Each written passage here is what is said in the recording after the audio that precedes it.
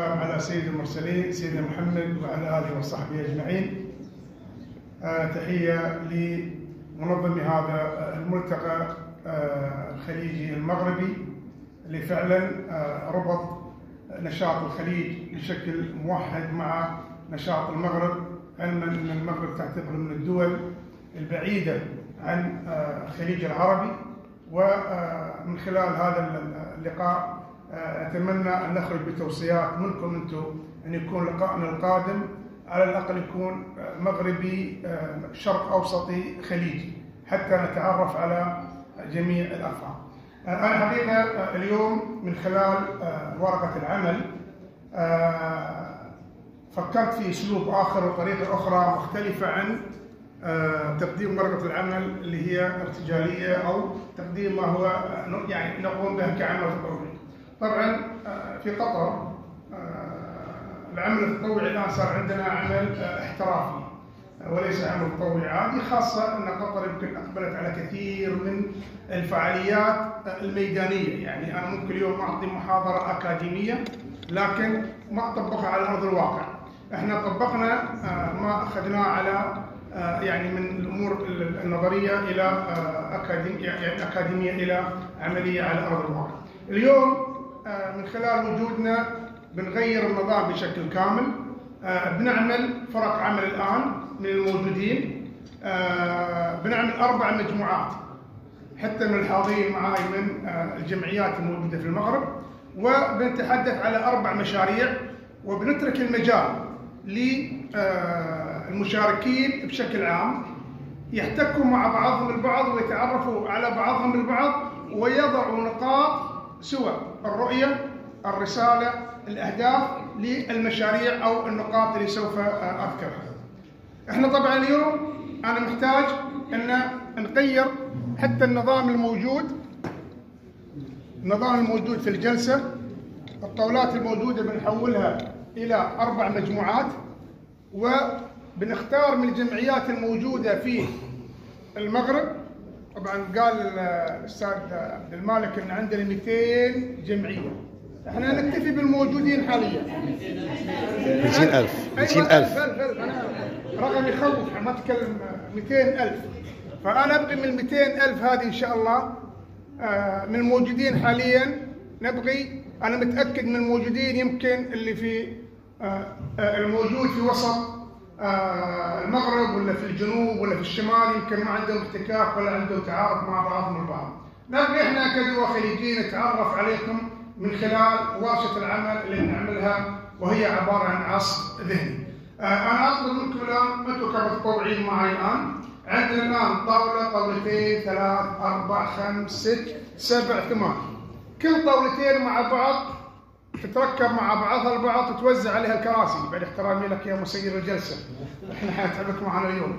فأطلب الآن من المجموعات الموجودة، أبغي من كل الموجودين يعني كل طاولة يكون عليها 12 مشارك، سواء من دول مجلس التعاون أو من المغرب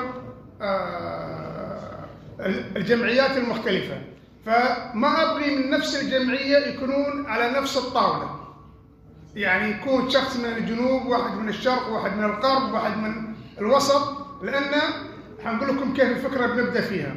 فعساس الوقت عندنا نستفيد منه قدر المستطاع. أنا أحتاج الآن نبدأ احنا مثلا بالطاولة هذه، بورط الأمانة العامة معاي مع دولة قطر، بس أنا نبغي نشيل الطاولة هذه ونجيبها ورا. ترجعون الطاولة معي برا. أنا أتطوع اليوم، كل فيني يتطوع الآن. يلا بس أنا بشربكم أنتم بعد معاي.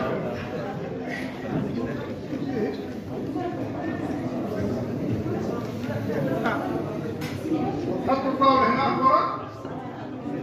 أنتوا خلكم معاي معاي مساعد.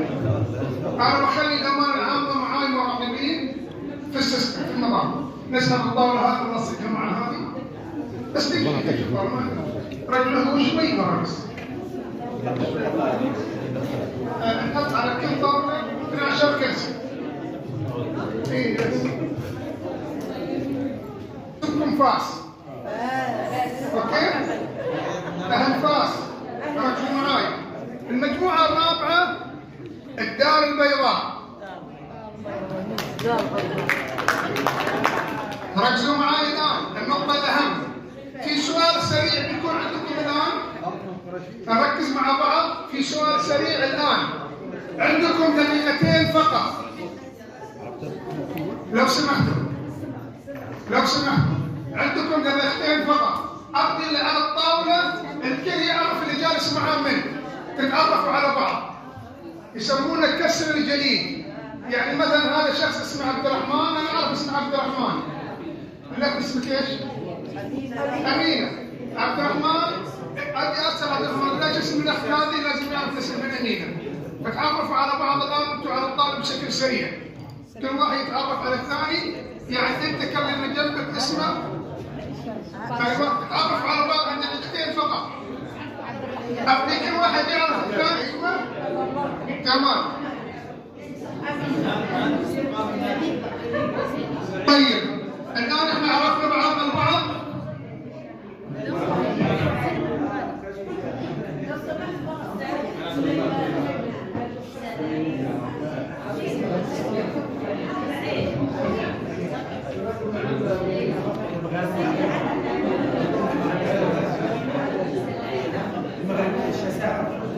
شوف الحين صار الحوار متبادل بينكم. النقطة الأولى، كل واحد يكون عنده الورقة والقلم، يكون جاهز للكلام اللي هقوله الآن.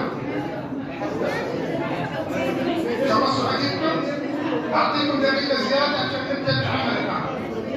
طيب، كل واحد قدامه ورقة وقلم. كل واحد أمامه ورقة وقلم. نكتب. المجموعة الأولى سمتوا ايش؟ لا، المجموعة الأولى سمتوا ايش؟ مراكش. اكتبوا العمل المكلفين به الآن.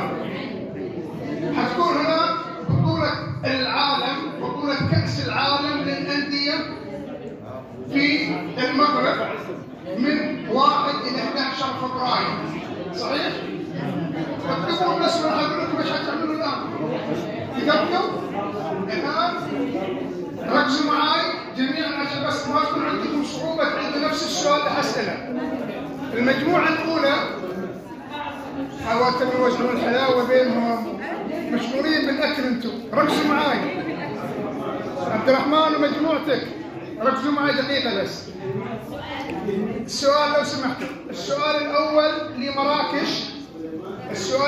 لمراكش بطولة كأس العالم للأندية، حيكون في المغرب من 1 إلى 11 فبراير. شو المقصود بالسؤال؟ هقول لكم ايش السؤال الآن. نفس الفرق الثانية حيكون لها أسئلة بس شبيهة لها، مش نفس السؤال. المطلوب من المجموعة الأولى الرؤية، الرسالة، الهدف. أقول ايش المقصود بالرؤية والرسالة والهدف؟ أنا الآن تعمل على استقطاب متطوعين لهذه البطولة. تقول لي محتاجين 100 متطوع في المطار استقبال، محتاج 20 متطوع حق الأندية، محتاج 30 متطوع للملاعب الرياضية. الآن اشتغلوا لحالكم. عندكم العمل فقط 15 دقيقة كحل أقصى، وكل مجموعة حتذكر نقاطها بعدين على الورقة اللي أمامي هاي. خلصنا المجموعة الأولى. المجموعة الثانية سمتم ايش؟ اسمعوا السؤال. التنسيق بين الجمعيات التطوعية في وضع استراتيجية واضحة المعالم. افهموا المقصد اللي اقصد فيه. هل في مفهوم؟ الرؤية، الرسالة، الأهداف.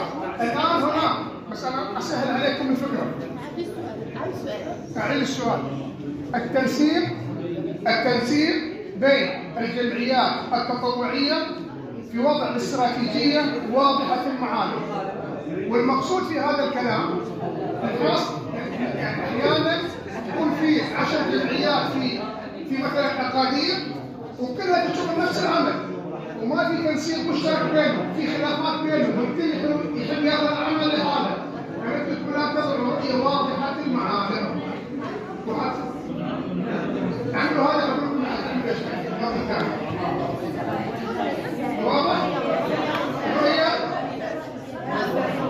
المجموعة الثالثة يا فاس، اسمعوا سؤالكم يا فاس، ركزوا معي يا فاس. مجموعتكم مشروع تطوعي في نشر ثقافة العمل التطوعي، اوكي، في المغرب. مشروع تطوعي في نشر ثقافة العمل التطوعي. هي مش سهلة ترى، كل واحد يحس انها سهلة، مش سهلة. نشر ثقافة العمل التطوعي. كيف ننشر؟ أقول لك كيف ننشر ثقافة العمل التطوعي. العمل التطوعي في له أهداف، في له استراتيجية، في له اختصاصات، في له عمل. أنا ما بعطيك من أجوبة، لكن نبدأ مثلا من النشر، من رياض الأطفال، من المدارس الإعدادية، الثانوية، الجامعات. نبدأ نشكل فرق، نبدأ ندرب متطوعين، نعمل ورش تدريب، نعمل هذا شغلكم الآن. بعد ذلك بينكم شكلوا مقرر، شكلوا واحد متحدث يطلع طبعا يتحدث عن نقاطه. عندكم فقط 10 دقائق تعملوا من خلال هذا المشروع، واضح؟ 10 دقائق 15 دقيقة عشان خاطرك، يلا ماكسيمم ما نزيد. المجموعة الأخيرة دار البيضاء، وانتم متحمسين عرفتوا الكلام اللي جاي. انتم سؤالكم شوي مش سهل. لكن دار البيضاء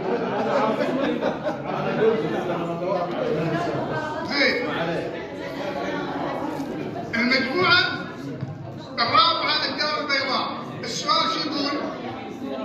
كيف تستطيع المرأة أن تكون شريك في المجتمع مع ظروف الحياة، مع وضع برنامج متوافق؟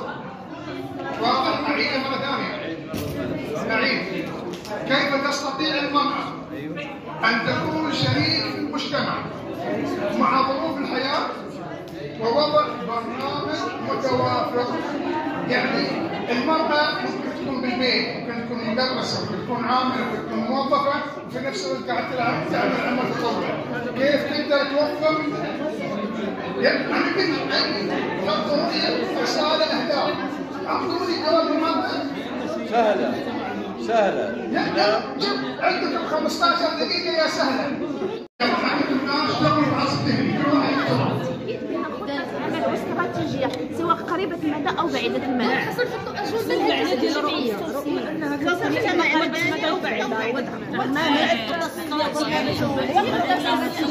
رؤية هي فين باغيين، شو باغيين؟ رؤية مجتمع مدني.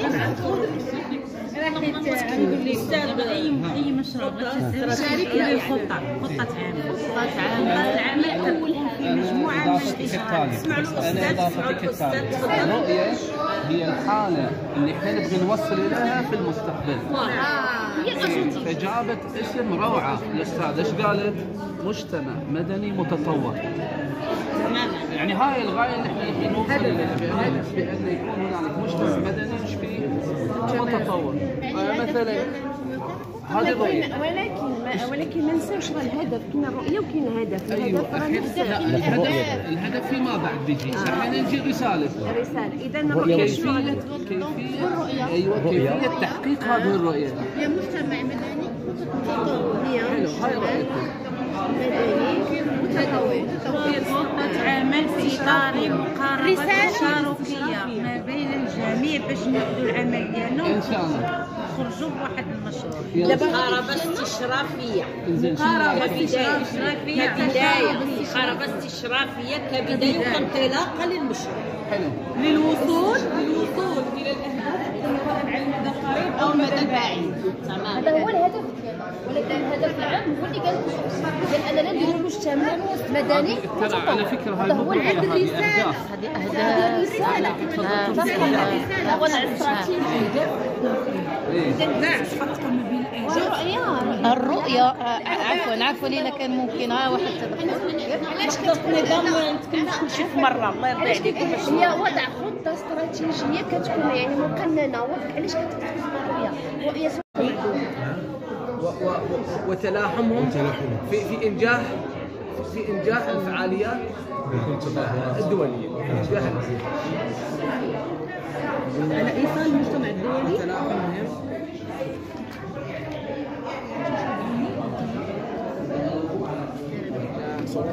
كافة الفعاليات. هذه بالنسبة للرسالة. طيب نرجع الحين حق الرؤية. عندنا الرؤية وعندنا توصيات 5 توصيات، 3 توصيات في صلب الموضوع، توصيتين خارج الموضوع. انتم في بالكم توصيه معينه ممكن تحطونها خارج الموضوع. توصيتين بشكل عام. نعم. 3 توصيات في صلب الموضوع وتوصيتين بشكل عام. شكرا. يلا التوصية الأولى.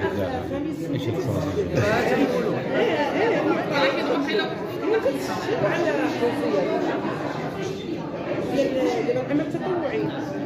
باقي من الوقت 10 دقائق. انا اشوف انه يكون في تخصيص ماده في المنهج المدارس.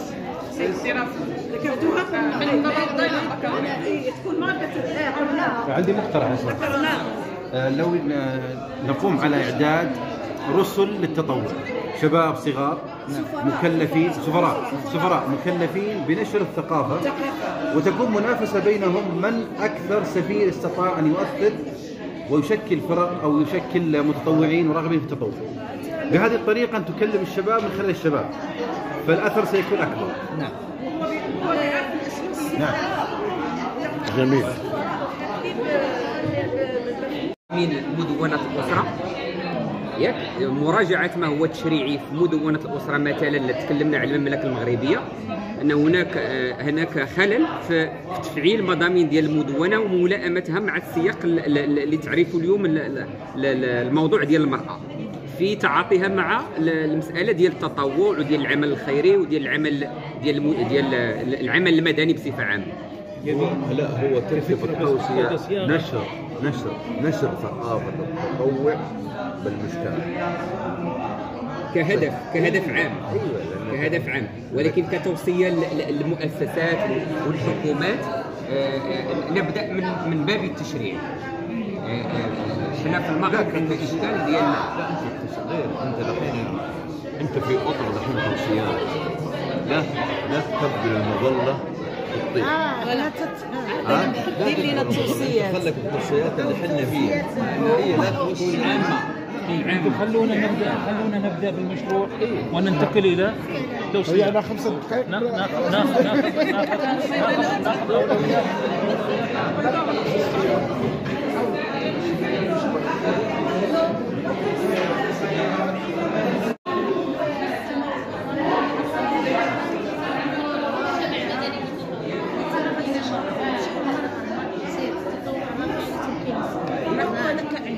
كجمعيه حنا غنشتغلوا عليه هذا الرؤيه ديالنا ديال الاستراتيجيه والهدف ديالنا باش التوسيع.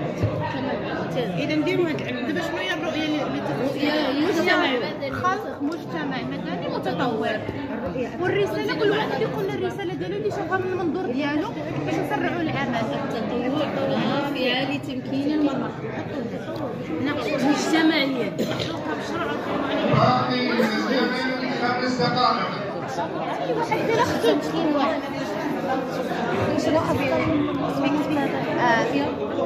العمل هو الشعار. العمل التطوعي رافعة لتمكين المرأة مجتمعيا. هذا هو الشعار. رافعة كيفاش نفتحوه، كيفاش نشتغلوا عليه. تمكين المرأة.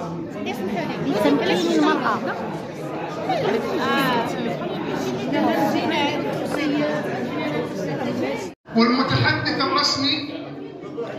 والمتحدث الرسمي حيطلع يتكلم عن المجموعة. قبل ما يطلع أعطيكم ورقة واحدة من الأوراق الكبيرة الموجودة تكتب فوق اسم المجموعة، مجموعة مراكش، وتحطون النقاط اللي حيتحدثوا من خلالها. يطلع متحدث يتكلم عن المجموعة بشكل مباشر. الاسم ضروري لأن المتحدث يعرف بنفسه ويعرف بطريقة العمل. مهم جدا يعرف بالفريق اللي معاه.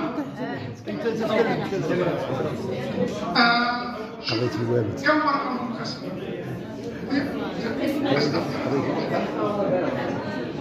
واحد. مجموعة فاس. اكتبوا الأسماء الموجودين. المتحدث الرسمي حيطلع يتحدث باسم المجموعة بالنقاط، والناس الموجودة حتى تشكر على أخطائهم. يكون في حوار مفتوح. عارفين أيوة. الدار البيضاء اكتبوا اسماء المجموعة كاملة، والمتحدث الرسمي بيتكلم عن المجموعة، وحيكون في أخذ وعطاء من الجمهور الموجودين معاكم. انتم اشتركتم في النقاش في الموضوع، الآخرين حيكون في نقاش في الموضوع.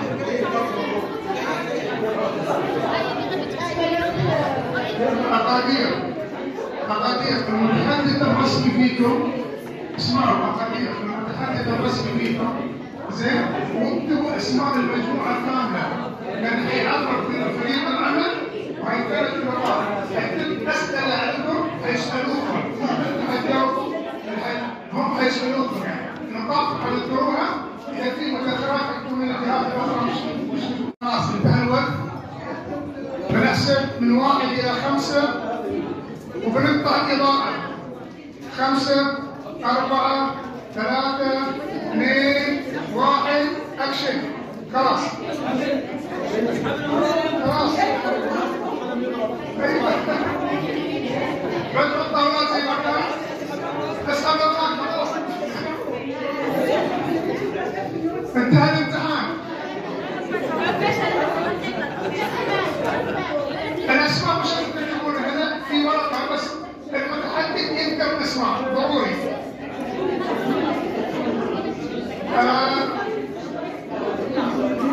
وين الدار البيضاء يتم بشر الناس وسوى الناس صار.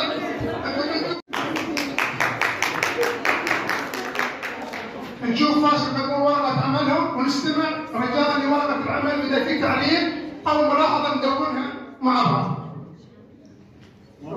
السلام عليكم. الناس طيب موجودة، بس خلونا نتفق اتفاق، لا تسألونا ولا نسألكم. احنا المجموعة الأولى، إذا سألتونا سؤال سنسألكم سؤالين. نرغم لكم الشكر والثناء على ما نطرح وصلى الله عليه وسلم. ونعتقد التوصيات للناس بالرفع بها وننتهي بالغد. المجموعة اسماء معك اسماء المجموعة؟ كشف اسماء مجموعتكم؟ اسماء الفريق؟ لا الفاس سهلة، بس الفريق كامل كم؟ 180 شخص كان معنا ما شاء الله. أنا قلت لكم أنا أول سؤال قلت لكم إيش؟ تعرفوا مع بعض واكتبوا الأسماء، قلت ولا ما قلت؟ أول خطأ. موجود. أنا أتكلم على فاس ما أتكلم عنكم. وين الأسماء؟ موجودة.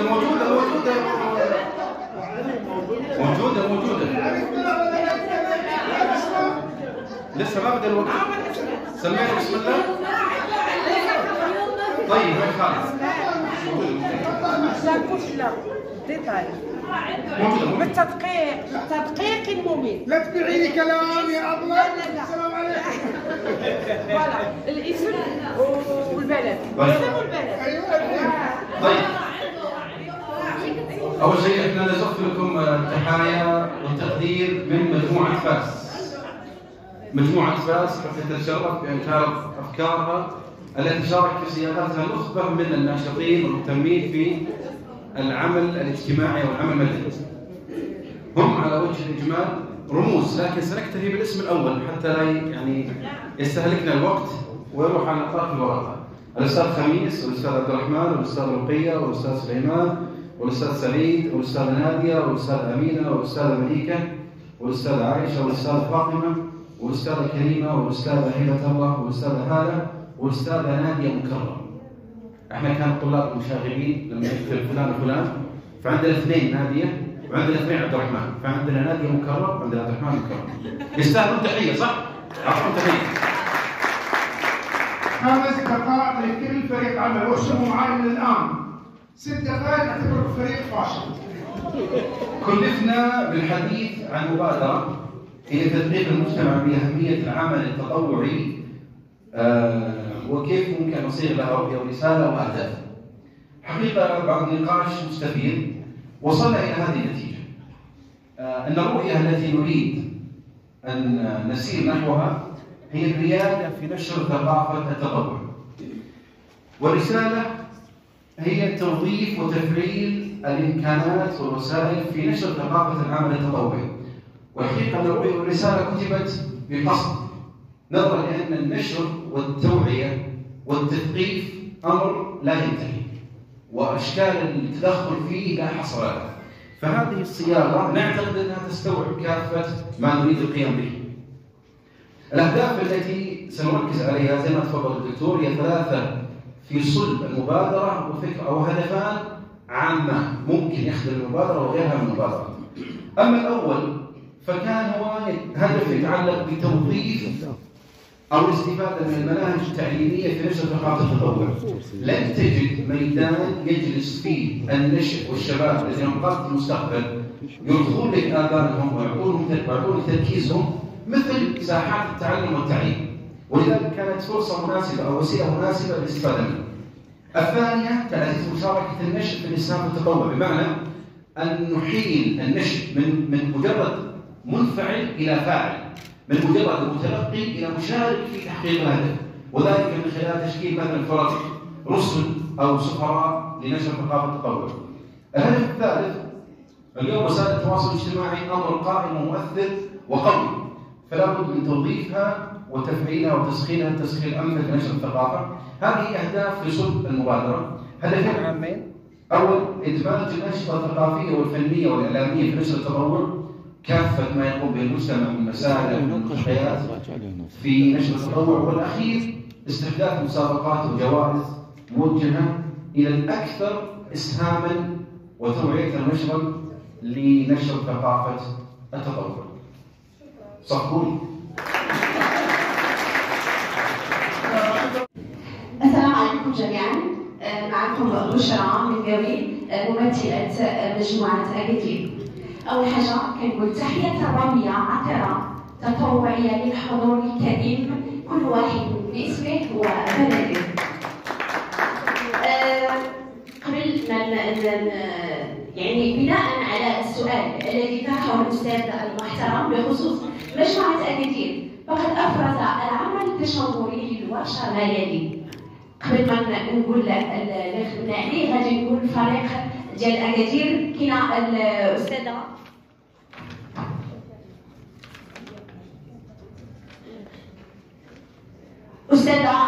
زهراء، أستاذة نادية، أستاذة سلوى، أستاذة نادية، أستاذة سحر، أستاذة زينب، أستاذة هدى، أستاذ حسين، أستاذة ليلى، أستاذة زهيرة، أستاذ علي، أستاذ مجدة، وأنا طبعا أستاذة خشب. الأسماء تطلع وترفع اليد عشان نعرف الموجودين في الندوة معنا. شكرا.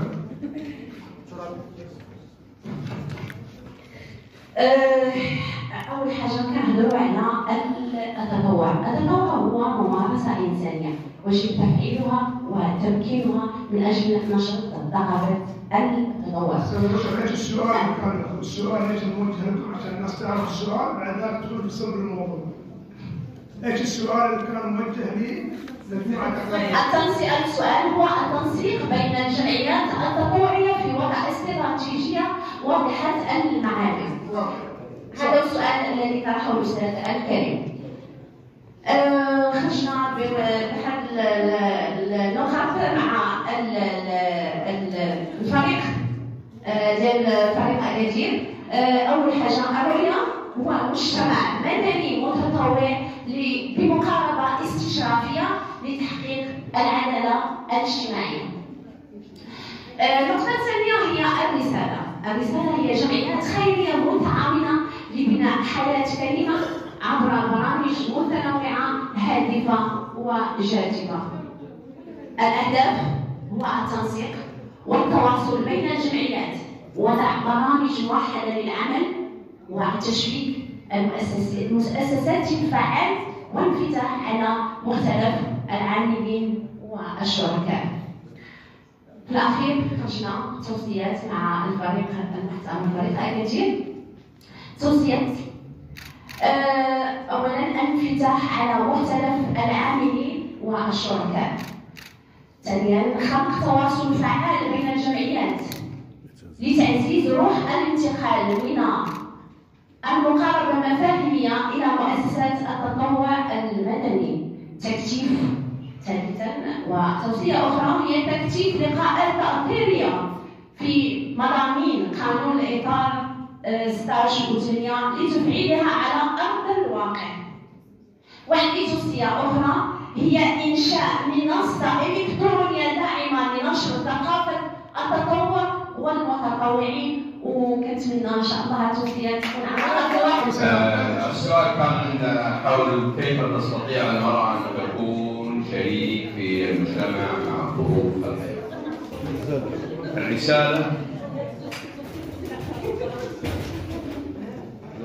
نشر وبث روح العمل التطوعي والجماعي بين أفراد المجتمع، والرؤية التوافق الاجتماعي بين البيت والعمل، لأن على صلب السؤال. أما التوصيات مراجعة مدونة الأسرة وملائمتها مع متطلبات المرأة، وخاصة في العمل التطوعي لكل الدول المشاركة، لأن احنا تقريبا 7 دول. إحداث نظام موحد خليجي مغربي خاص بالعمل التطوعي لتمكين المرأة. إصدار مجلة خليجية مغربية ومغربية خليجية لتوثيق المبادرات والأعمال التطوعية في الدول المشاركة، وإدراج وحدات تعليمية يعني بالكتيبات خاصة في مناهج، مثلا مناهج الاجتماعية والنفسية تكون فيها وحدات خاصة تتحدث عن العمل التطوعي. وصلى الله على نبينا محمد وعلى آله وصحبه.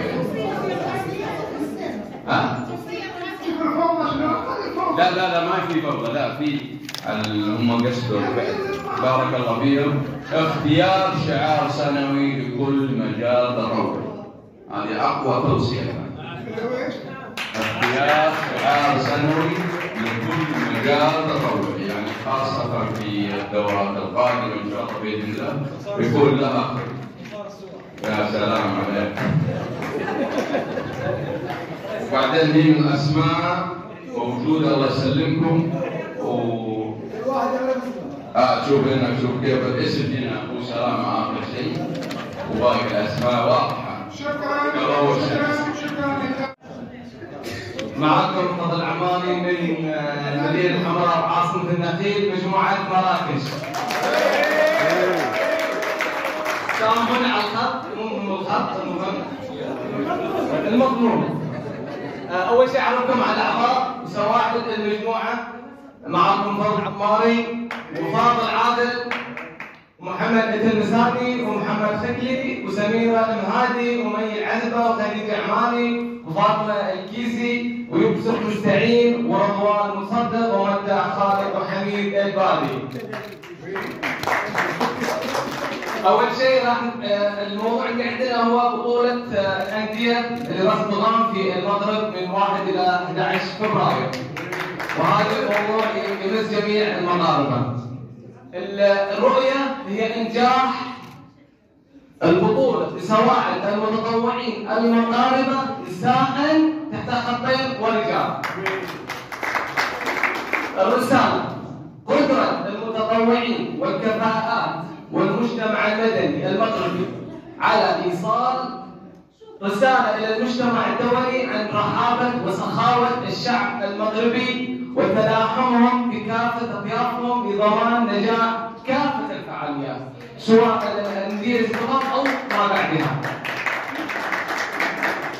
الهدف إدماج المجتمع المدني والمؤسسات التطوعية وغير الربحية في إنجاح بطولة كأس العالم للأندية بكافة مراحلها. هذا هو الهدف، كما تحقق كأس العالم في قطر إن شاء الله. بالنسبة للتوصيات، أولاً باقي وقت؟ باقي وقت. إفساح المجال من قبل الوزارة المعنية وزارة التربية والتعليم الأول والرياضة للجمعيات والمتطوعين بالمساهمة الفعالة في تنظيم البطولة بكافة مراحلها. النقطة الثانية، وضع منصة للمتطوعين تحدد مراحل البطولة والمؤهلات والأعداد المطلوبة لهذه البطولة. 3. إعطاء الفرص للجمعيات التطوعية إبراز الثقافة والعادات والتقاليد المغربية للعالم. 4. خارج البطولة لتنظيم معرض خاص للأنشطة التطوعية والثقافة المغربية داخل البطولة وبسواعد المتطوعين بنسبة 100%. 5. وأخيرا وليس آخرا، إدماج المرأة في تسيير واتخاذ القرار بالنسبة للبطولة وإظهار دور المرأة في التنمية، وهذا خارج البطولة، ولكن نريد إشراك المرأة في هذه البطولة. وكلمتين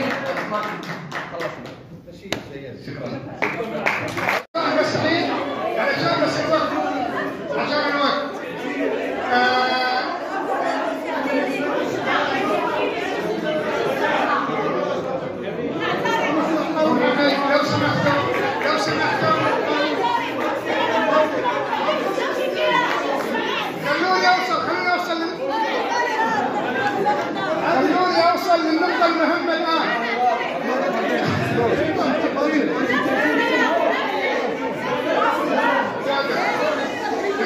يا شباب لو سمحتوا